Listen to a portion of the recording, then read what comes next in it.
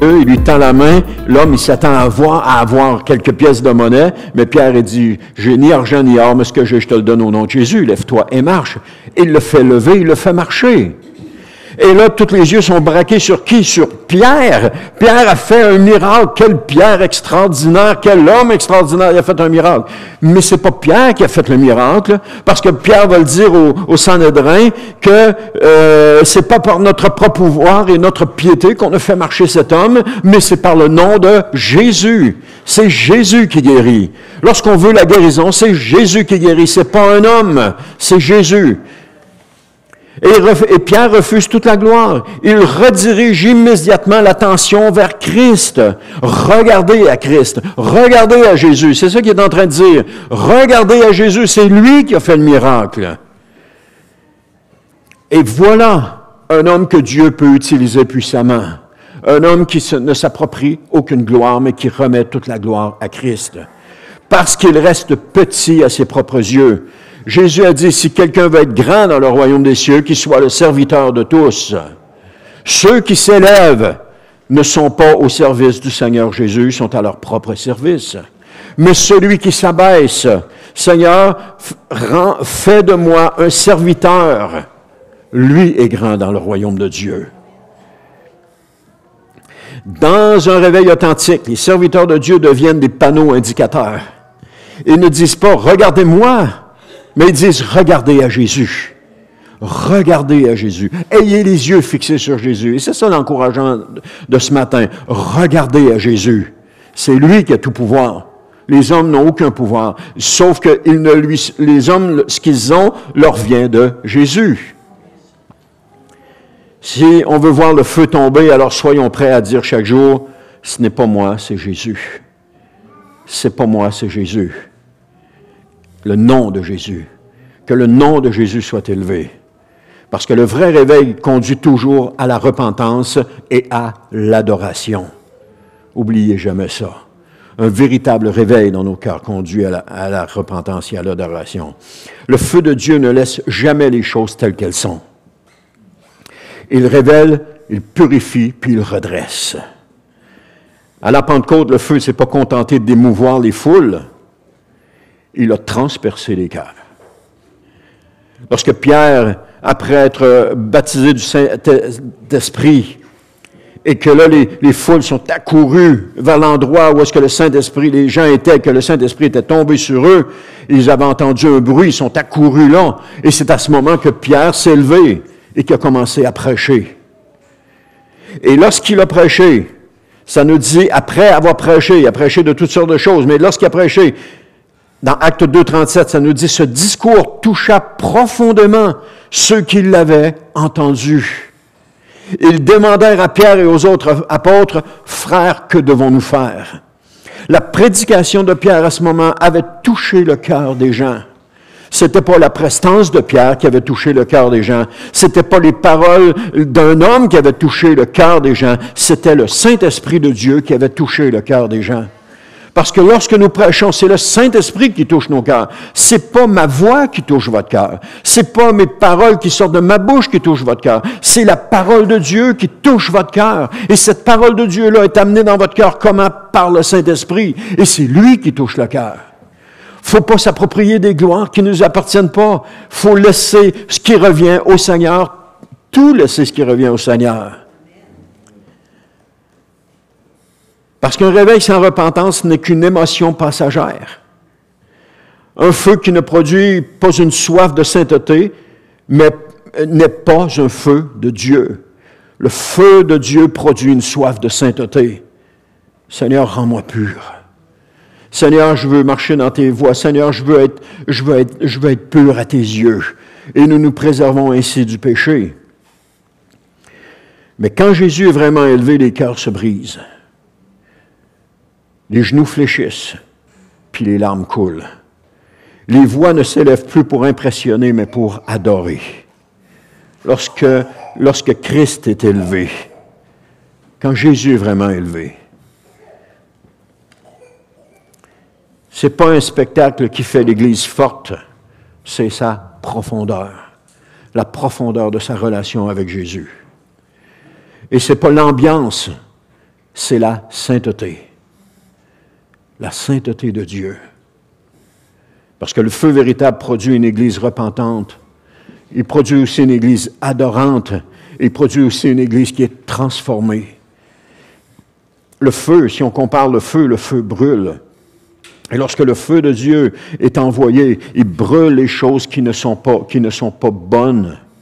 Mais il nous garde purs. C'est un feu, comme on voit avec Moïse dans le buisson ardent, c'est un feu qui ne consume pas, mais qui détruit tout ce qui est mauvais à l'intérieur de nous. Mais il ne nous consume pas. Parce que si le feu de Dieu nous consumait, on tomberait mort quand Dieu descendrait. Mais ce qu'il fait, ce feu brûle à l'intérieur de nous et détruit ce qui n'est pas de Dieu à l'intérieur de nous. Et lorsque nous prions, nous disons, Seigneur, rends-moi pur, Seigneur, délivre-moi, Seigneur, viens m'aider. Le Seigneur envoie son feu, il nous aide, il nous purifie. Le vrai réveil garde Jésus au centre du début à la fin.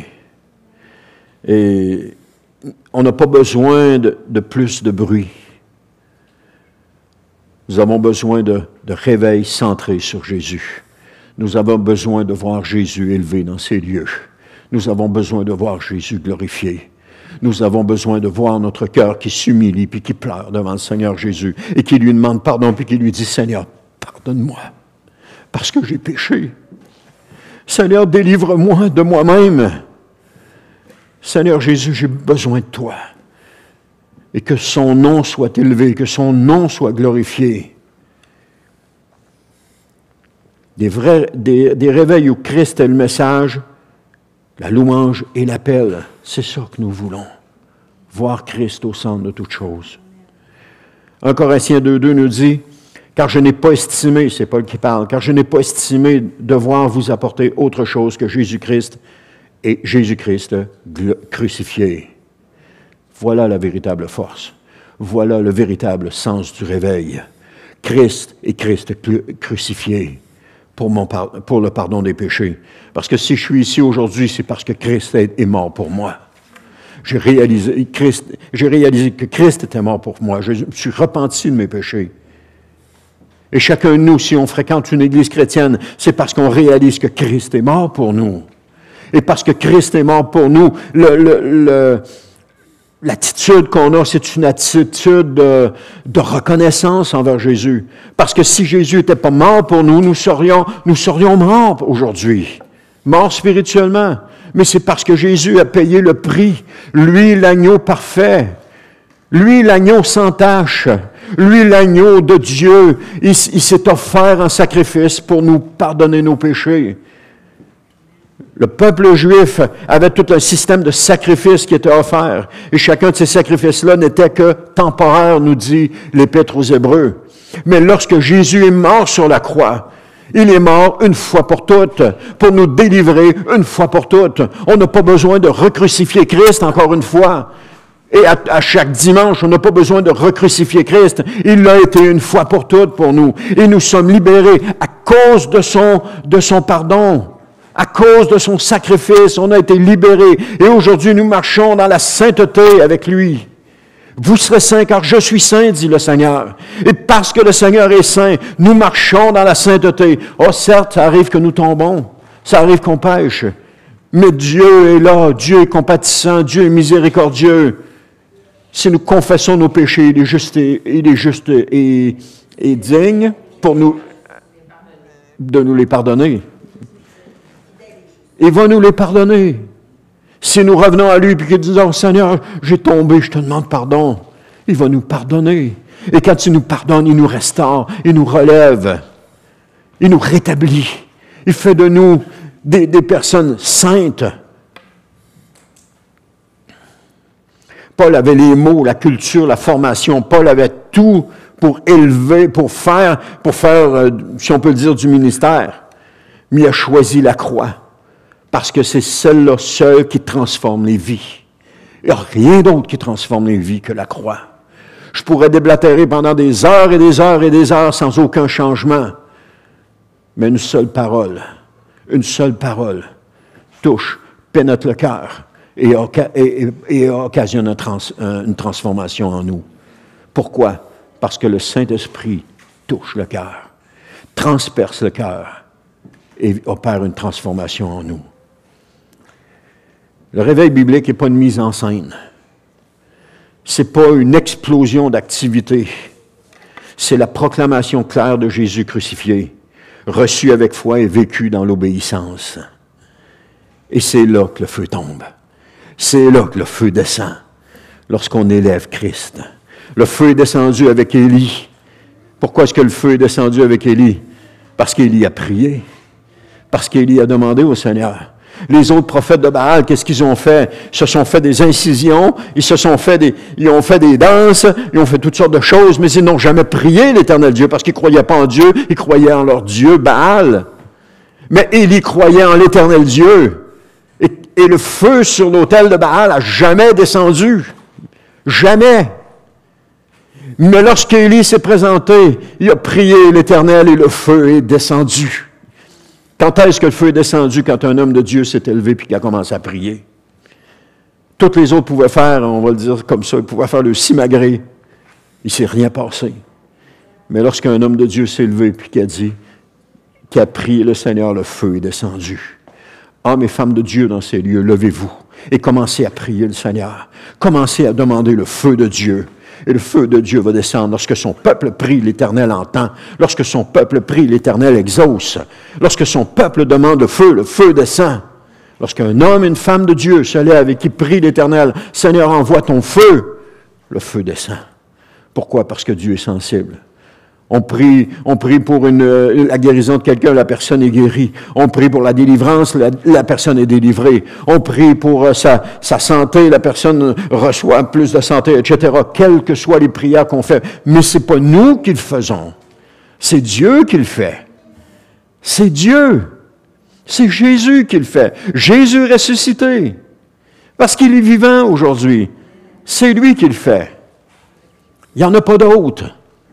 Il est le seul. Je termine avec ceci. Le vrai feu élève Jésus et rien d'autre. Un réveil véritable ne glorifie jamais un homme. Il élève Jésus. Il unit autour de sa personne. Il transforme les cœurs. Il ramène à la croix. On a une croix ici.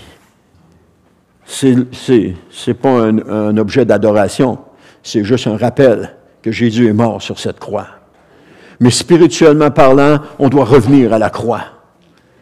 Je dis spirituellement parlant, pas revenir à cette croix de bois, mais revenir spirituellement au sacrifice de Jésus qui a fait pour nous et de lui demander pardon. De lui dire, Seigneur, délivre-moi. Seigneur, restaure-moi. Seigneur, enlève mon péché. Fais de moi, Seigneur, une personne nouvelle. Il faut revenir à la croix.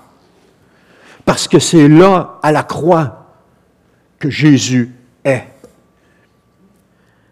Alors, si nous désirons ce réveil, gardons nos yeux fixés sur Christ et personne d'autre.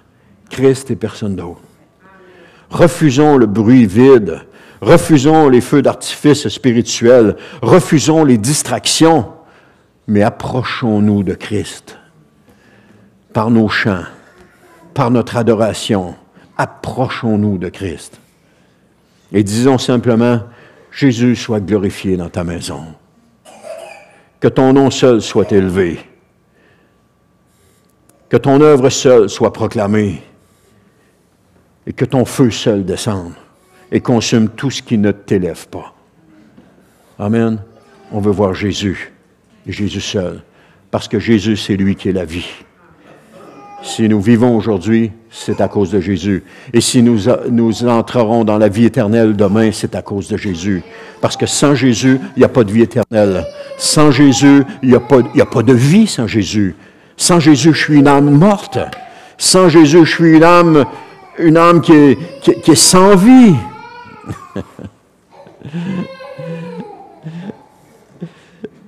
Pour lui, il vient de se rendre compte qu'il a besoin de Jésus. Amen. Alors, ce que notre cœur doit rechercher, c'est Jésus. Personne d'autre, rien d'autre. Jésus, Jésus seul. Alors, tu as peut-être cherché Dieu dans l'Église, tu as peut-être cherché Dieu dans les hommes, ou encore dans les émotions, puis tu as été déçu. Mais ce que ton cœur doit rechercher ce matin, je dis ton parce que je pense que le Saint-Esprit veut parler à une personne, ce que ton cœur doit rechercher ce matin, ce n'est pas un événement religieux. Ce n'est pas un prédicateur passionné. Ce n'est pas une ambiance. Ce que ton cœur doit rechercher, c'est Jésus et personne d'autre. Jésus et Jésus seul. Parce que lui seul peut sauver. Moi, je ne peux pas me sauver, je n'ai pas la capacité de me sauver. Seulement Jésus seul peut le faire. Lui seul peut pardonner. Je peux me pardonner, oui. Jésus seul peut pardonner mes péchés. Je ne peux pas pardonner les péchés. Jésus seul peut le faire. Je peux pardonner une offense qui m'est faite, mais je ne peux pas pardonner les péchés. Il faut faire la distinction entre les deux. Lui seul peut allumer une paix durable et une vie nouvelle à l'intérieur de nous. Et aujourd'hui, Jésus t'invite. Pas pour te juger, pas pour te relever, pas pour te juger, mais pour te relever. Pas pour t'éblouir, mais pour t'aimer. Dis-lui simplement, Jésus, je viens à toi. C'est aussi simple que cela. Et tu verras le feu de Dieu descendre. Ce feu qui brûle tout ce qui est à l'intérieur de nous et qui est mauvais à l'intérieur de nous, mais qui nous rend encore purs et saints devant Dieu, qui nous rend pleinement saints devant Dieu. Dis-lui seulement, Jésus, je viens à toi. Et je veux vous encourager cette semaine. Sondez votre cœur cette semaine. Sondez votre cœur et demandez, Seigneur, est-ce qu'il y a quelque chose en moi qui ne te plaît pas? Est-ce qu'il y a quelque chose en moi, Seigneur, que tu voudrais voir disparaître? On peut dire comme ça. Et vous allez voir, Jésus va vous le montrer. Et, Amen. Alors que le nom de Jésus soit élevé maintenant dans ces lieux. Le nom de Jésus, Jésus seul, pas d'autre nom.